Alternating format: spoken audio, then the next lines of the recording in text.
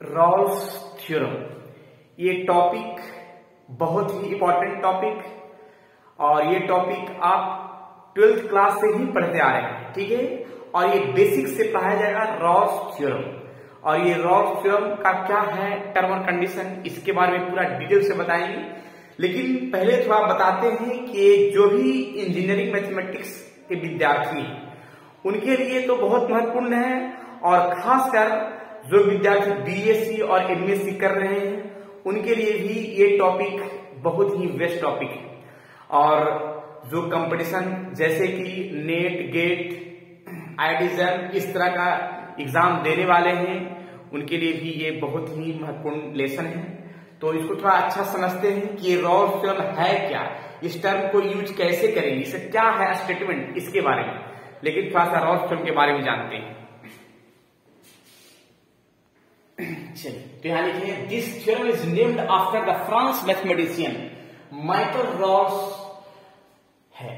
इसका नाम है माइकल रॉल, ठीक है। ये फ्रांस मैथमेटिशियन थे जो रॉल्स थ्योरम देने वाले हैं। वो मैथमेटिशियन वो कहां के थे, तो फ्रांस के थे, और वो फ्रांस मैथमेटिशियन का नाम है माइकल रॉल, ठीक है।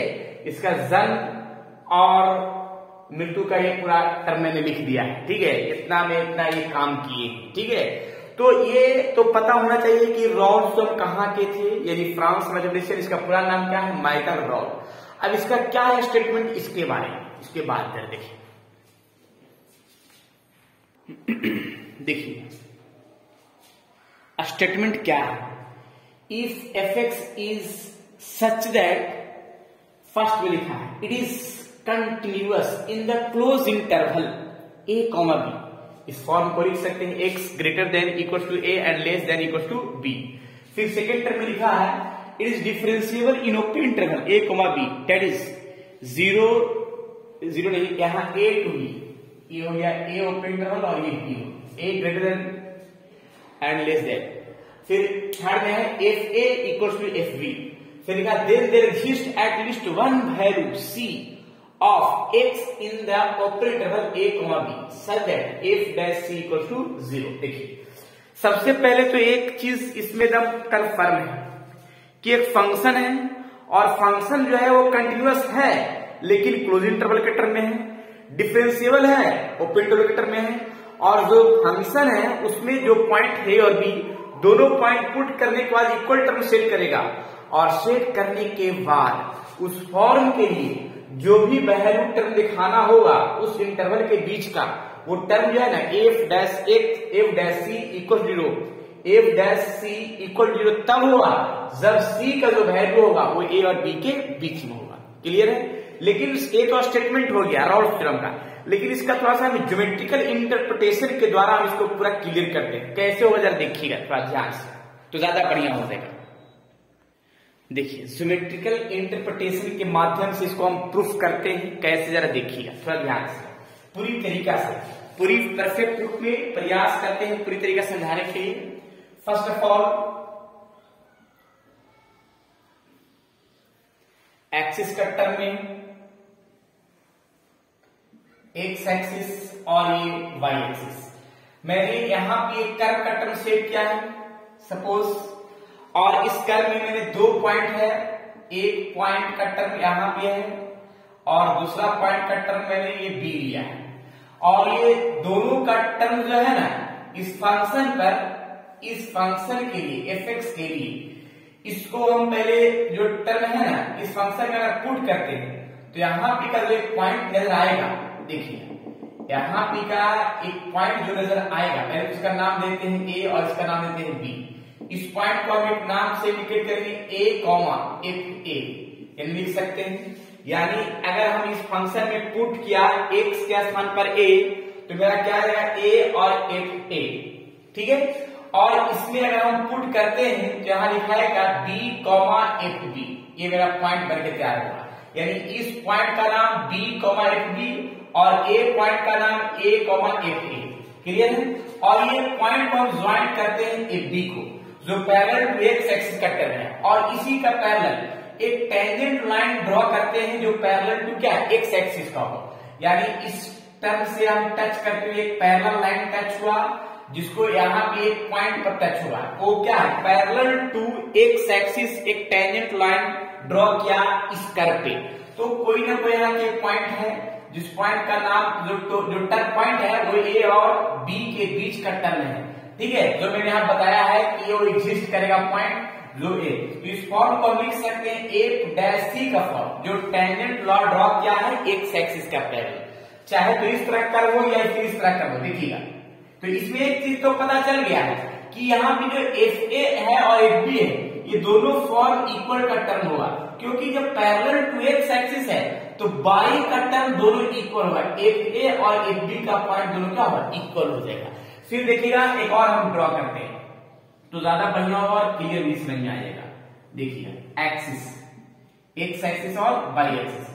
अब इस फॉर्म में एक पॉइंट हम टर्म सेट करते हैं इस तरह का, और एक पॉइंट का मैंने ले लिया यहाँ पे क्या, एक पॉइंट यहाँ पे ए ले लिया और एक पॉइंट का ले लिया बी ले लिया गया है। और इस पॉइंट को मैंने पहले तो इस फॉर्म के लिए इस तरह से टर्म सेट कर देते हैं, यहाँ ए है और यहाँ क्या है, बी है, और इस फंक्शन का नाम एफ एक्स है।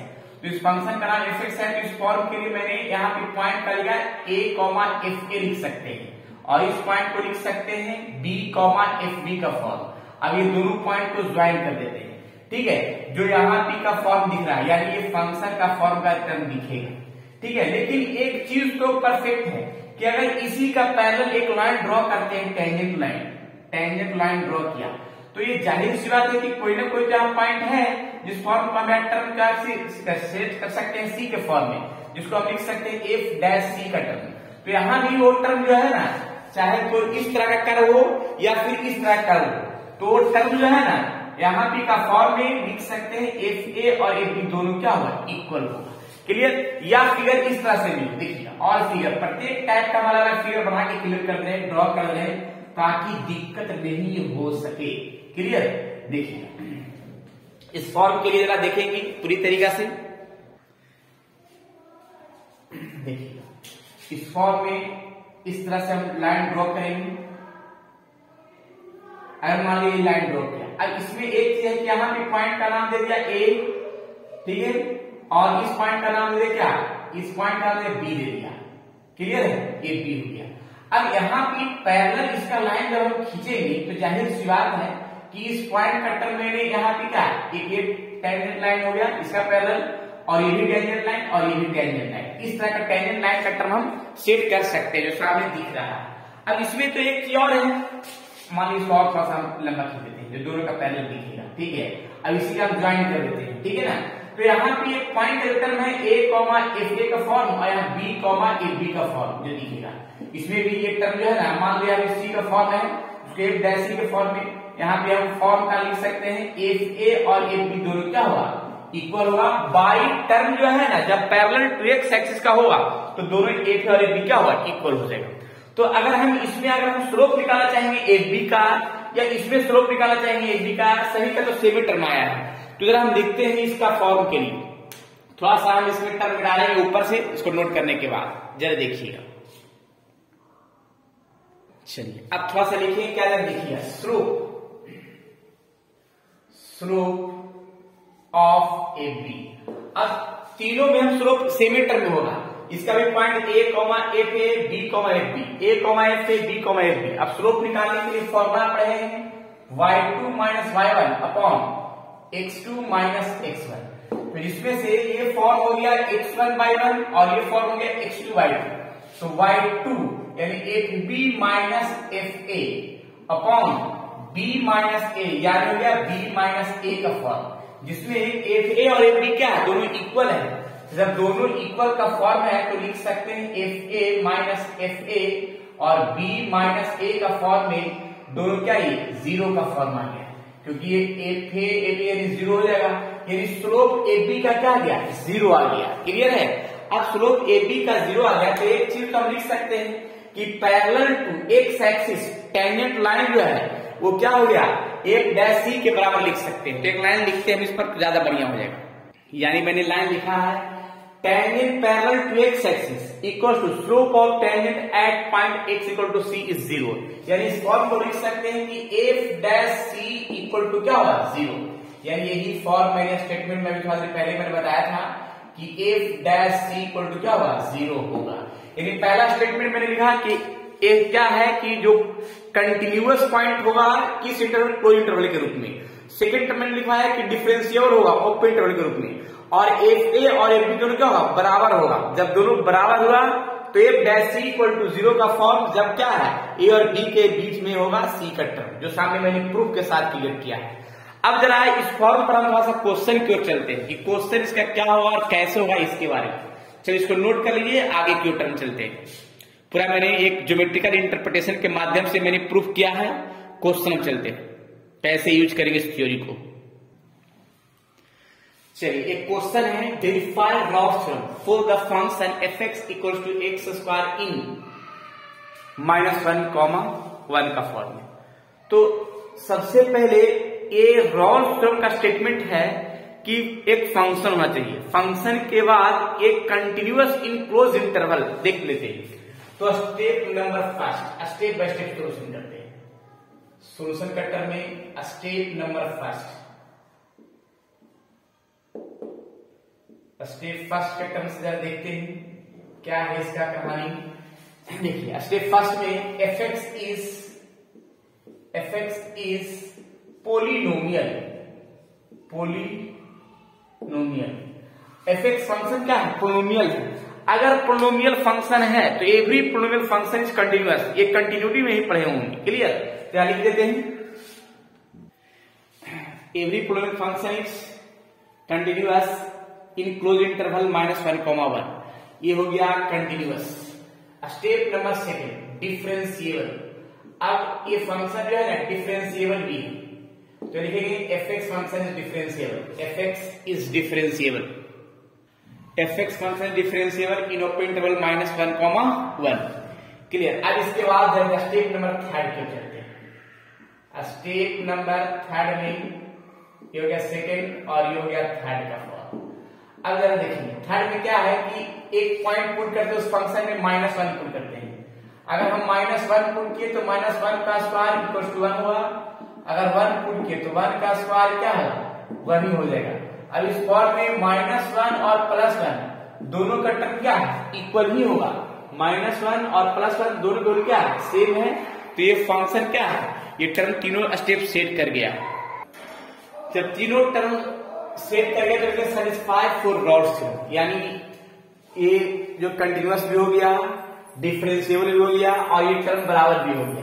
तो ये सेटिस्फाई फॉर रॉल्स थ्योरम का टर्म में सेट किया गया है, क्लियर। चलिए तो इसके बाद फिर हम क्या करते हैं, इसमें रूल में लिखा गया है क्या, f dash c equals to 0। अब इस फंक्शन में एक टर्म तो दिख रहा है क्या कि fx जो फंक्शन है वो x स्क्वायर लिखा हुआ है। तो जो फंक्शन उसका पहले हम डिफरेंशिएट कर लेंगे। डिफरेंशिएट x का क्या हुआ, 2x हो जाएगा और x का वैल्यू हम इसमें पुट कर देंगे c, तो यहाँ क्या आएगा 2c आ जाएगा। तो इसमें हम टर्म में लिखे क्या कि f dash c equal to क्या लिख सकते हैं, 2c लिख सकते, तो सामने बनाया है और इक्वल टू क्या है 0। तो c इक्वल टू क्या कर देंगे, 0 कर दिया। अब ये c का जो वैल्यू आया है वो देखिए तो इस इंटरवल के बीच में है, -1 और +1 के बीच में है ना, और -1 और +1 के बीच में है। तो मेरा ये क्या कर रहा है, वेरीफाई कर रहा है ये टर्म। तो लास्ट में एक लाइन लिखना होगा, लास्ट में क्या लाइन लिखना होगा, hence Rolle's theorem has been verified. Last में एक लाइन लिखना होगा। चलिए तो लास्ट में लिखेंगे रॉल्स थ्योरम इज वेरीफाइड। इस तरह से हम रॉल्स थ्योरम को यूज कर सकते हैं क्वेश्चन के लिए। कैसे बनाना है, कैसे स्टेटमेंट है, ये सामने दिख रहा है क्वेश्चन का। फिर इस पर हम नेक्स्ट क्वेश्चन को चलेंगे, ज्यादा बढ़िया होगा। ऐसा ऐसा बहुत सारा क्वेश्चन बनाएंगे और कुछ क्वेश्चन बनाएंगे भी और कुछ बनाने के लिए देंगे भी, ठीक है। ऑब्जेक्टिव भी रहेगा और सब्जेक्टिव भी रहेगा, दोनों क्वेश्चन बनाने की कोशिश कीजिएगा, बढ़िया हो जाएगा मैथमेटिक्स, ज्यादा दिक्कत नहीं होगा। चलिए नेक्स्ट क्वेश्चन। चलिए मैंने इस पर 3 क्वेश्चन दिया है रॉल्स थ्योरम पर और इसको बनाना है। और सभी विद्यार्थी कमेंट बॉक्स में जो मैंने ऑब्जेक्टिव क्वेश्चन दिया उसको जरूर बताना है। Find the value of c in the Rolle's theorem where c का वैल्यू यहाँ पे 0 से 2 है, fx और x into x - 2। इसका 4 ऑप्शन है, चारों में कौन सा ऑप्शन होगा कमेंट बॉक्स में बताना है। और 2 क्वेश्चन सब्जेक्टिव का है, तो इसमें लिखा है कि दोनों में c का वैल्यू ही निकालना है, सेकंड में भी और थर्ड में भी, ठीक है। जब fx बराबर क्या है cos x, तो -90 से +90, तो मेरा ऑप्शन आंसर मैंने दे दिया 0 और एफ क्या है sin x, तो 0 से 180 है, इसका 90 आंसर हो गया। क्लियर? तो अब जब देखना है इसका टर्म कि कैसा ऑप्शन होगा, कैसा क्या होगा, इसके बारे में क्लियर है ना, तो थोड़ा सा देखेंगे। चलिए, तो अब जो है ये आज इतना ही, फिर नेक्स्ट वीडियो में लॉरेंज मीन वैल्यू थ्योरम के बारे में जानकारी देंगे कि क्या है इसका स्टेटमेंट, क्या है टर्म और कंडीशन। ठीक है, आप लोग इतना ही, और बाकी विशेष जानकारी नेक्स्ट क्लास में। जब तक के लिए आप लोग स्वस्थ रहिए, मस्त रहिए और पढ़ते रहिए रॉल्स थ्योरम, ऐसा ही बेहतरीन थ्योरी और बेहतरीन क्वेश्चन। ठीक है।